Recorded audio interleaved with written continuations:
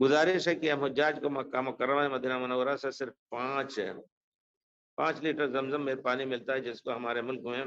بہت سارے لوگ توقع رکھتے ہیں کہ ہمیں زمزم کا پانی ملے گا، جو کہ ممکن نہیں ہے۔ لہٰذا گزارش ہے کہ زمزم پانی میں برکت کے لیے سادہ پانی ملایا جا سکتا ہے تاکہ سب لوگوں کو مل سکے، لیکن ایسا کریں گے کہ لوگوں کو بدظن نہ کیجیے۔ اب اس میں آپ 5 لیٹر میں 15 لیٹر پانی ملا دیں گے تو اس کا ذائقہ بدل جائے گا۔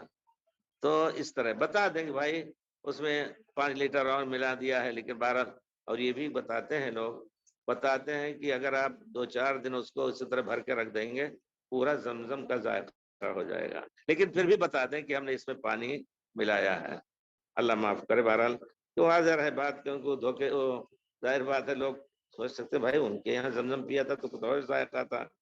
وہ میں ایک مرتبہ قصہ بتاؤں، جس سال اس کا جو حمان کا قصہ تھا، لوگ پانی نہیں بھر سکے تھے، زمزم میں ابال آ گیا، گندگی یہ اور وہ سب کیا تھا،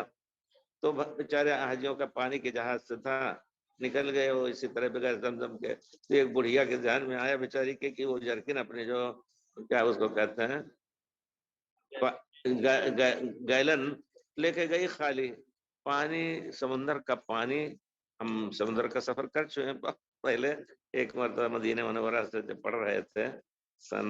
1966-66-68 میں بحرین سے، بڑا کھارا پانی ہوتا ہے، تو وہ یہ کھارا پانی انہوں نے بھر لیا اور لے جا کر کے لوگوں میں تقسیم کرنے لگی اپنے ہی علاقے کی۔ تو ایک صاحب آئے، جب یہاں سے ہم میں گیا تھا تو زمزم تھوڑا سا دے دیجیے، دیا ان کو، لے گئے تھے، تو کہا یہ زمزم تو اتنا میٹھا ہے، وہ لائی تھی تو زمزم بڑا کھا۔ بعد میں پتہ چلا انہوں نے، بڑھیا نے بیچارے اعتراف کیا کہ ہمیں نہیں ملا تھا۔ تو ایسا بھی ہوتا ہے، ذرا بتا دیں بس